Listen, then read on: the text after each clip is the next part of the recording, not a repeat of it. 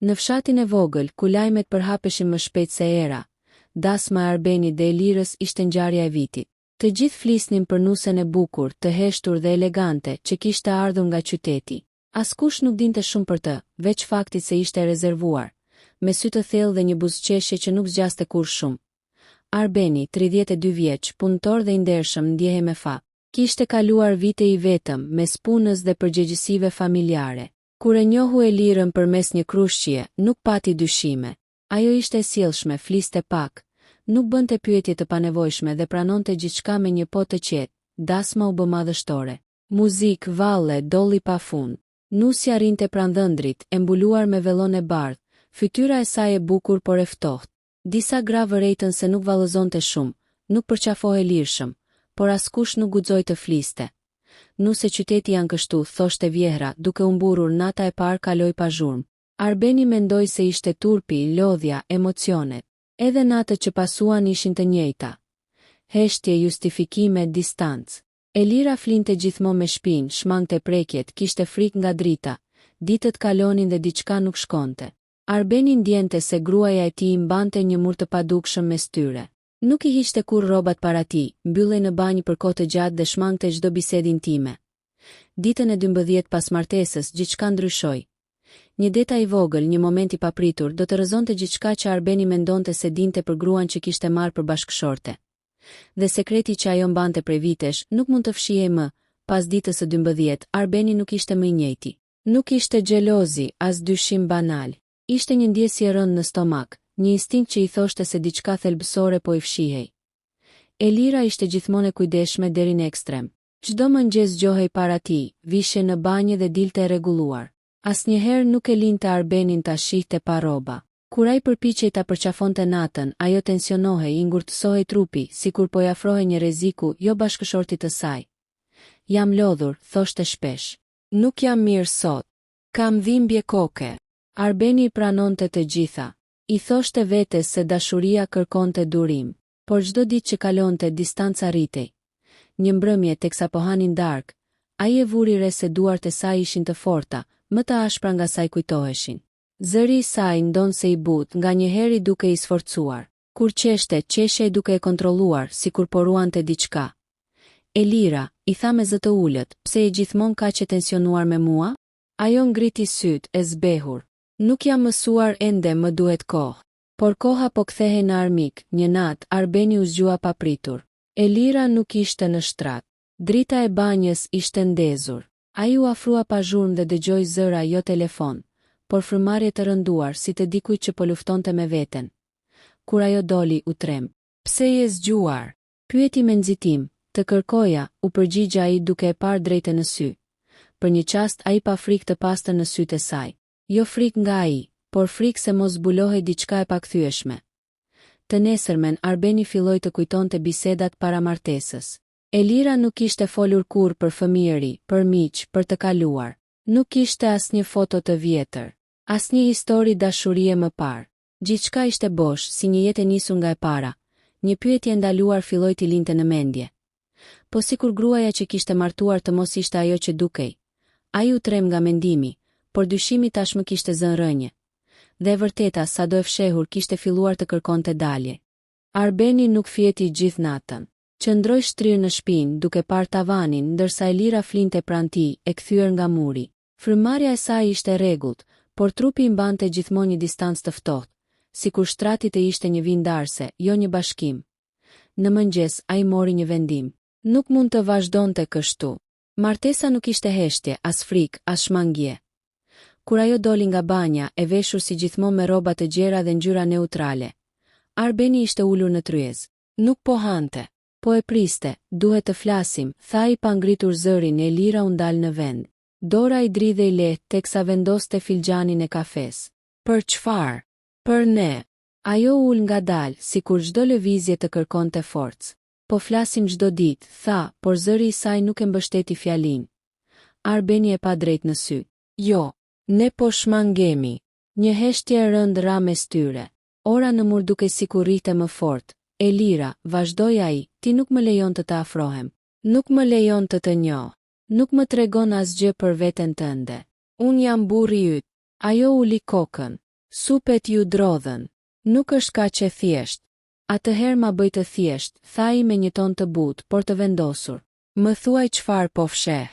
Elira mbylli syt. Për një moment, Arbeni mendoi se do të shpërthente në lot, por kur ajo i hapi sërish, sytë e saj ishin të mbushur me një dhimbje të vjetër, të thellë. Kam frikë, pëshpëriti, nga unë? Nga e vërteta. Zemra e Arbenit rahu fort. Çfarë të vërtete? Ajo u ngrit pa pritur nga karrigia. Mos më pyet sot. Të lutem. Jo, tha ai duke u ngritur edhe vetë. Jo më. Nuk mund të jemi martuar me një hije. Elira u kthye nga ai. Lotët i rëshisnin në faqe. Nëse ta them gjithçka do të marr fund. Fjalët e saj ranë sigur. Më ke gënjyer? Pyeti ai drejt për drejt, ajo nuk u përgjigj. Heshtja e saj ishte përgjigja më e frikshme. Arbeni ul sërish i tronditur. Kush je ti, Elira? Pyeti me zë të thyer. Ajo hapi gojën për të folur, por dera e shtëpisë u hap me zhurmë. Vjehra hyri patrokitur, duke i ndërprer në momentin më të rrezikshëm. Sekreti u shty sërish. Por tani jo për shumë gjatë, sepse Arbeni kishte vendosur. E vërteta do të dilte me çdo kusht. Pas ndërhyrjes së vjerrës, biseda u shua, por jo dyshimet. Arbeni u kthye në punë atë ditë si një njeri tjetër. Mendja i rinte te sytë e Elirës, te frika e saj, te fjalia që i ngulte në mendje si gosht. Nëse ta them, gjithçka do të marr fund. Çfarë mund të ishte aq e rëndë sa të shkatëronte një martesë brenda pak minutash? Mbrëmjen e asaj dite, ai mori një vendim të heshtur. Nuk do ta detyronte, por as nuk do të mbyllte syt. E vërteta nuk kërkon dhunë. Kërkon guxim. Elira ishte në dhomë, ulur në shtrat me telefonin në dorë. Kur e pa Arbenin të hynte, e uli me njëherë, sikur ta kishte kapur në faj. Nuk dua të grindemi, tha i qetë. Dua vetëm të njoh. Ajo buzëqeshi hidhur. Po sikur ajo që do të njohësh të mos të pëlqej. Më ke lënë të dashurohem me ty, u përgjigja ai. Tani më lër të kuptoj. Heshtja zgjati gjatë. Pastaj për herë të parë, Elira foli për të kaluarën. Nuk kam shumë kujtime për të treguar, tha ajo. Sepse pjesën më të madhe të jetës sime jam përpjekur ta harroj. Ajo i tregoi se kishte lëvizur shpesh nga një qytet në tjetrin. Se kishte ndryshuar emra, punë, rreth shoqëror. Se kishte mësuar të mbjetonte duke qenë e padukshme. Pse?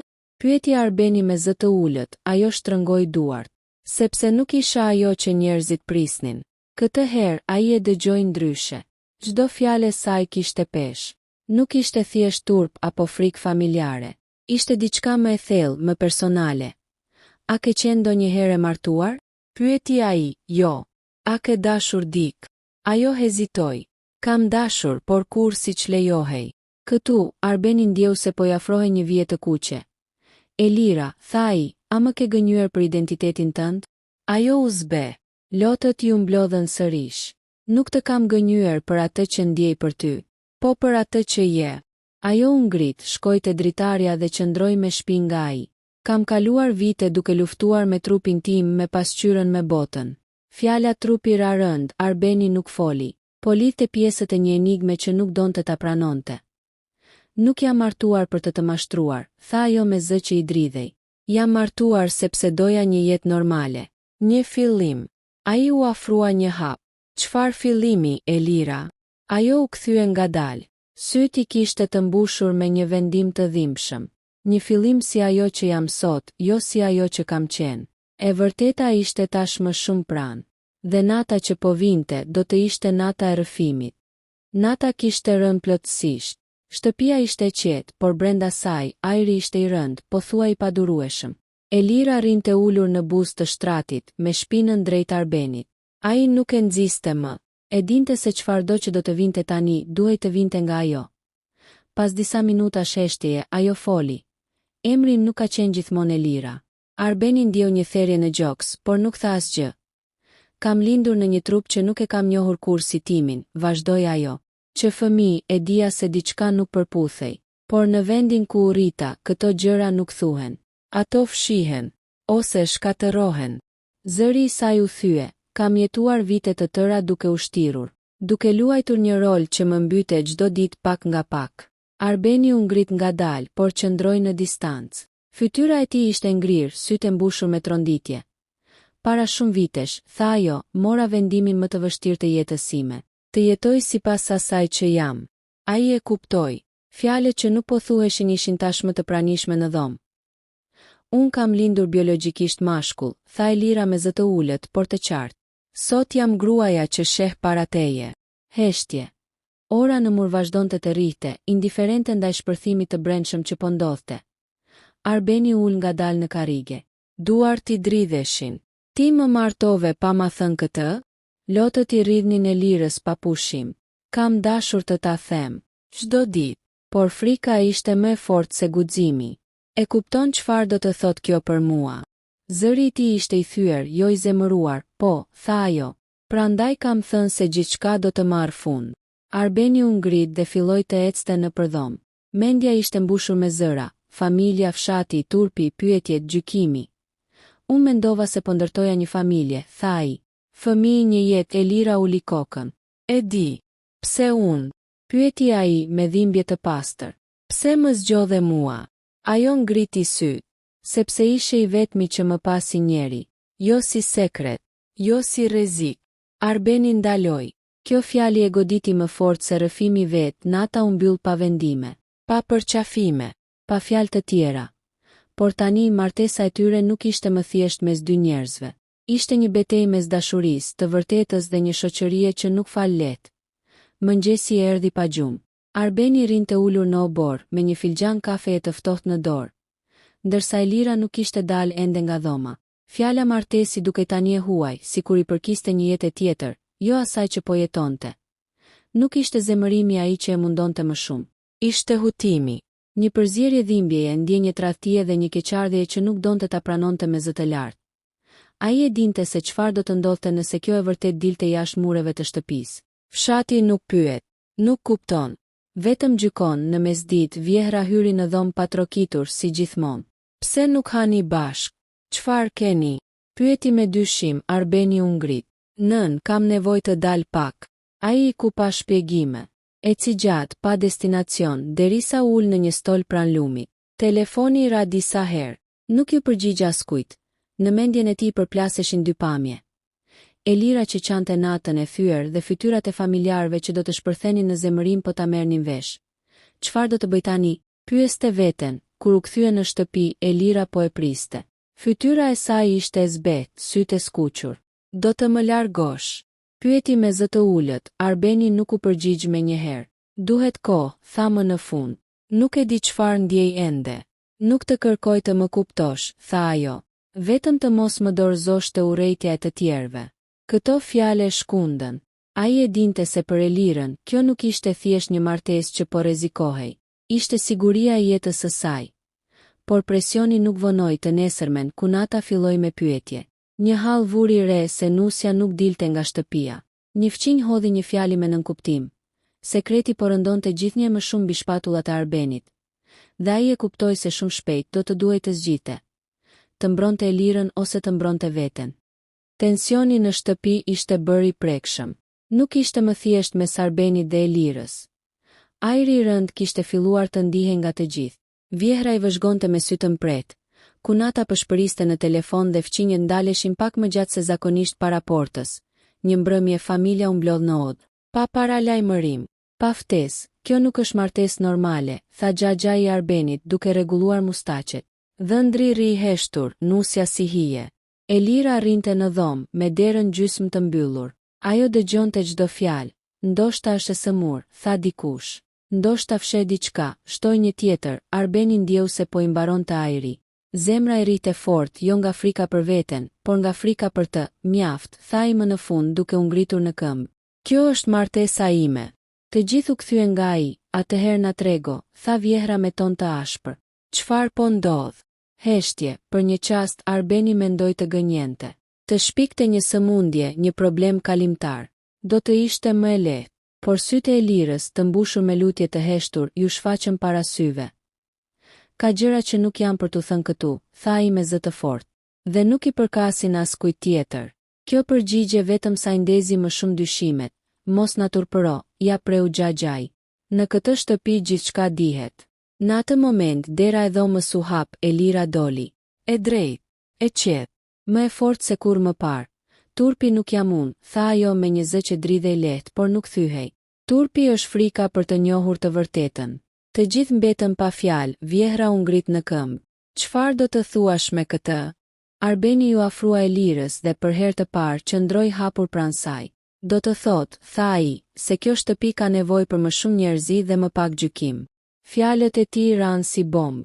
Disa u ngritën të zemëruar. Disa të tjerë ulën kokën, sekreti nuk u tha. Por u kuptua dhe tani gjithçka ishte në prag të shpërthimit.